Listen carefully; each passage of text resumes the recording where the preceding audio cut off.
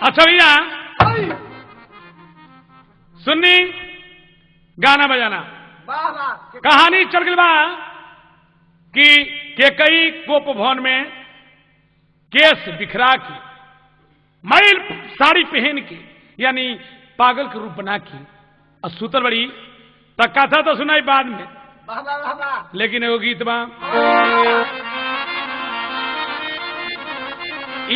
एकरा के घड़ी जुगो में चटनी कह जाता। एगो लड़की पेट पोसे खातिर मजदूरी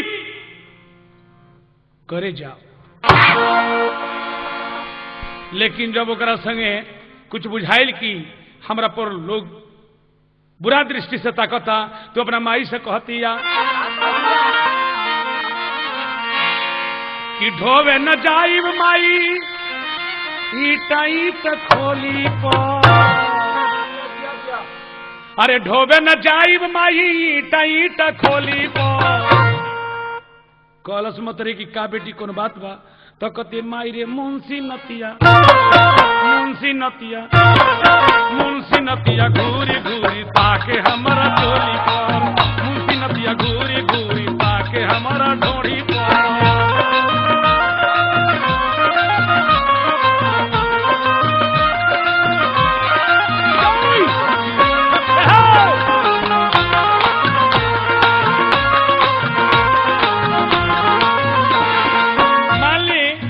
भैया तू जनी मेरी हेलो हम मुंशी का कहूँ हम ये काम कर ले भाव बताओ तनी मान के हई एगो सखियो अपना सखी तक कहतरी ईटा न ढोयो सखी जाके ईटा खोली पे, ईटा न ढोयो सखी जाके ईटा खोली को। पूछ ले का बात बा तो कहत रही सहेली अपना सहेली की मुंशी नतिया मुंशी नतिया मुंशी नतिया घूरी घूरी ताके हमारा चोली पर, मुंशी नतिया घूरी घूरी ताके हमारा ढोड़ी पर।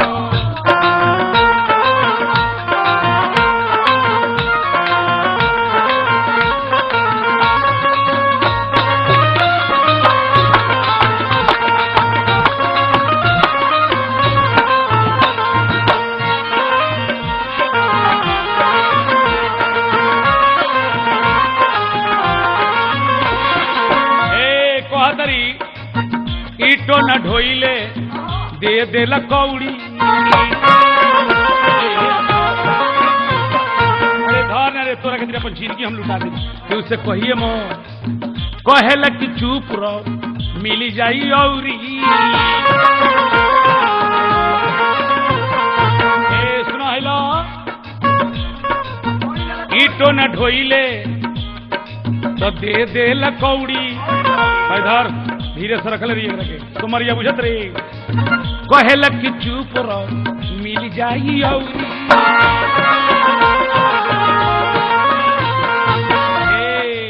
कहतरी हमके दुलार सबके डांटे अपना बोली पर,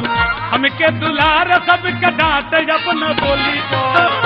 तो तोरो तनी रोहन से नहीं रह चाहिए मुंशी नतिया मुंशी नतिया मुंशी नतिया घूरी घूरी ताके हमारा चली पर, अरे मुंशी नतिया घूरी घूरी ताके जिया जिया क्या है।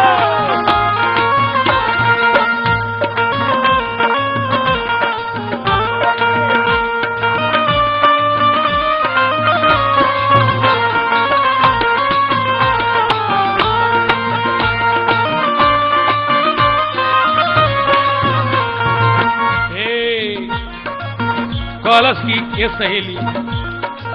रोज रोज बढ़ा के देला मजदूरी,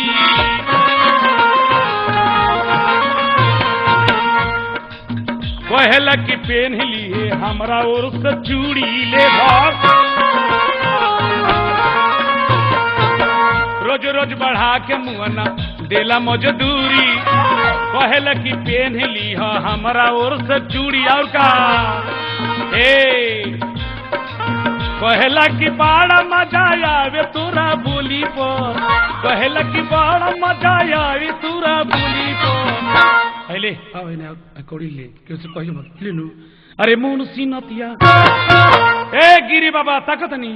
ताकन तो सच बात में जीवन भर तो भी ना हो अरे मुंशी नतिया ताकत चली एकरा नाम कलाकारी है अरे मुंशी नतिया ताकत घूरी घूरी के ढोड़ी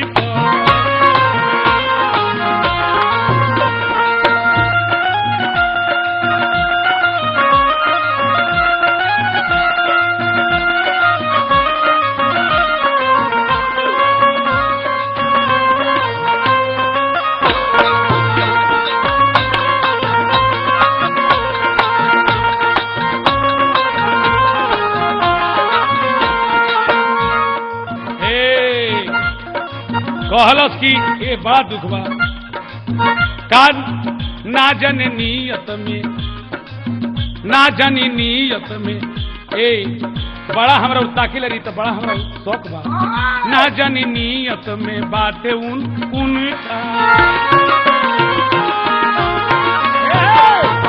ना जानी नियत में का बातें उनका चोरी से दिखावेला सोना के झुमका ये ना जानी नियत में का बात उनका चोरी से दिखावेला सोना के झुमका लो कहला कि बड़ा मजा आवे तोरा बोली भी कहतिया बड़ा डर लागता वे संज के थी ढोली पे अरे मुंशी नतिया घूमी हमरा चली पे कहला कि बड़ा मजा आवे तोरा बोली पे कहला कि डर लगे संज के थी ढोली पे अरे मुंशी नतिया घूरी घूरी ताके हिनका चोली पे मुंशी नतिया घूरी घूरी ताके हिनका चोली पे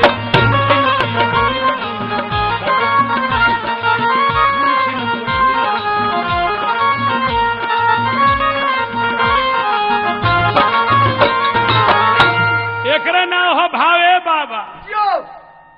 जहां जैसन तहा तैसन ई नचला से और कुदला से ई गलती ना होगी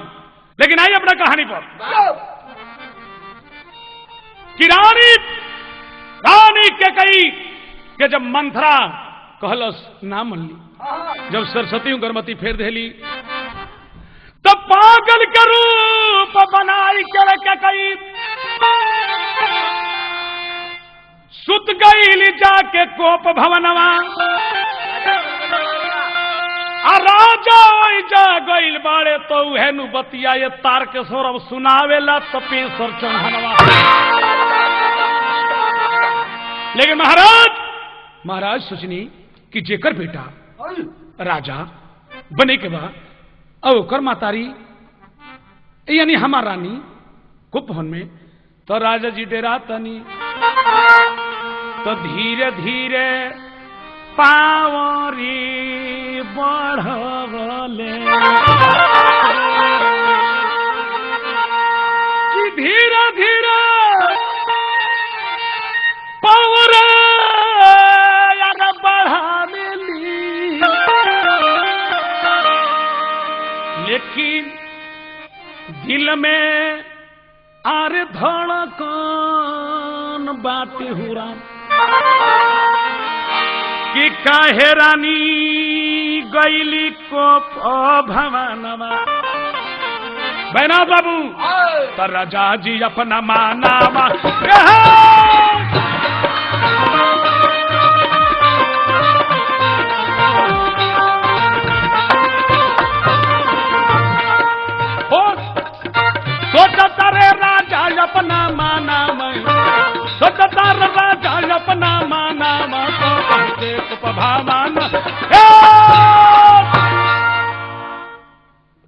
गईनी कहली कि रानी रानी पूर्व पड़े मुंह कली तकरी पश्चिम पड़े मुंह कली त राजा के देखली जब के कई अब रानी तजापन मुहवा फेरली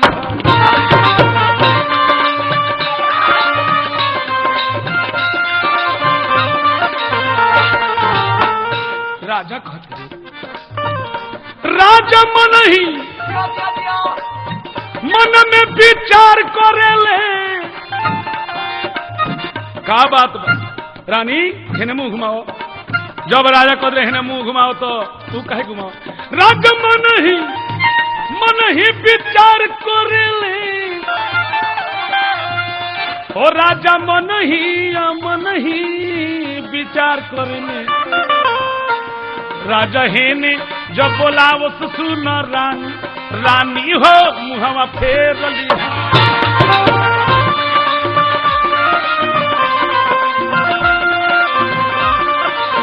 महाराज तो सच पुनी की रानी का बात बा कवना करन मारी रानिया का बात बा बोलो कल की सुनी हमरो से कहीं बात पूछे चाहते नहीं कि रउआ जब हम राउर अर्धांगिनी हुई रउआ हमार पति हुई तो हमरो से कोनो राय लेके काम होके चाहिए कि अपना मन से कहले महाराज के बोला रानी हंस के बोला यदि हंस की बोल दे बुई कुबिरिया कह रानी की कौना राजा का प्रजा बना दी कौना प्रजा के राजा बना दी तू खाली देश तो काहे जाए बड़ू का कारण बा तकली की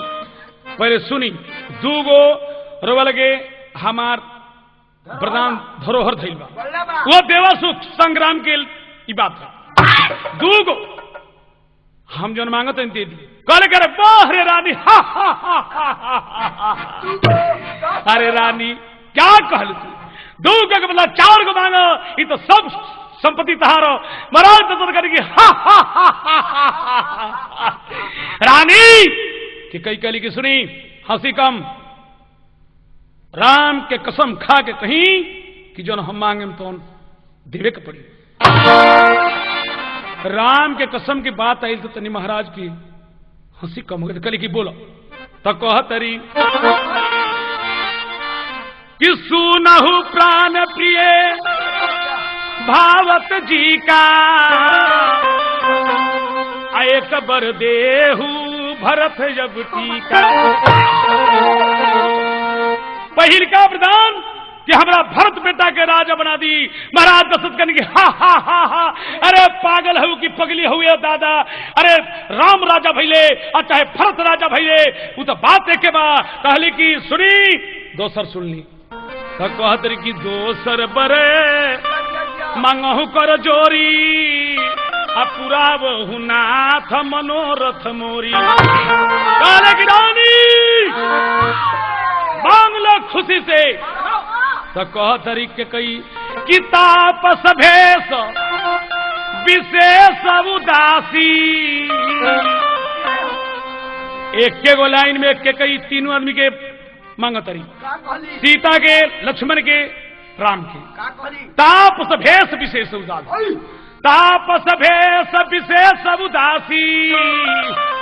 14 बरस खातिर राम बनवासी राम का नाम महाराज दशरथ करके रानी रानी नहीं रानी नहीं रानी रानी रानी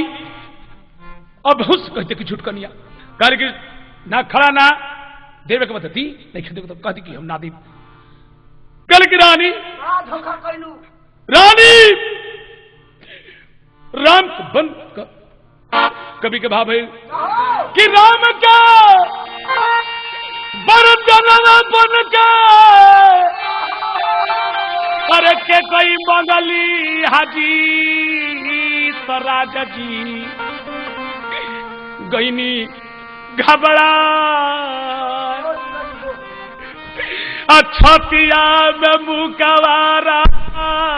मार दी हले जी धरती पर गईल भारा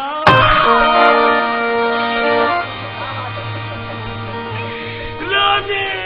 बड़ा धोखा कर रानी, बड़ा रानी रानी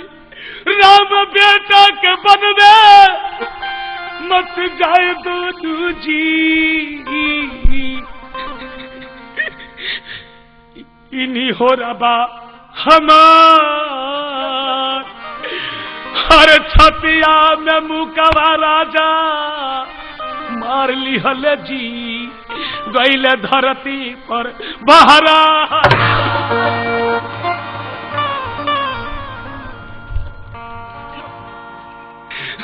रानी रानी रानी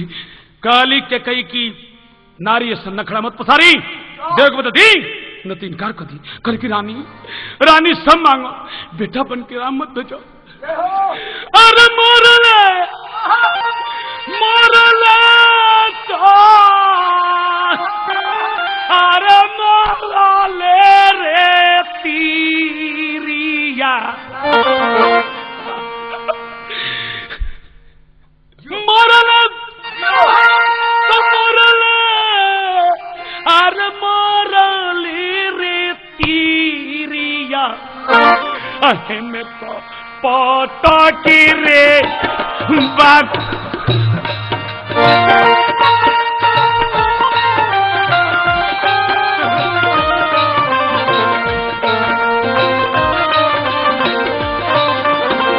महाराज दशरथ के होश न रहे,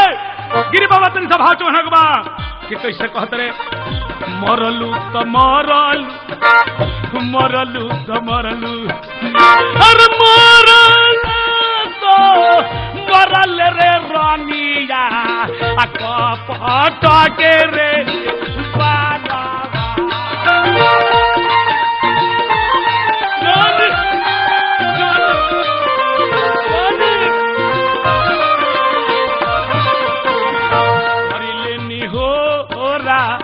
करिले निहोरा रानी कोई हो राय रानी जी राम के मत भेजो बाना।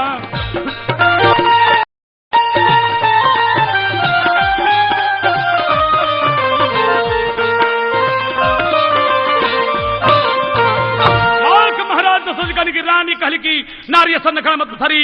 देव के बता दी राम के क्रिया कल की रानी नाम रानी राम के बन बजा छाती में मुक्का मार के महाराज दशरथ जी गिर गए। करे की रानी ऐसा छोड़ता चौहनवा कहानी आगे गिरी बाबा दिखाई चुमारी कि महाराज छाती में मुक्का मार के धरती पर गिर गए।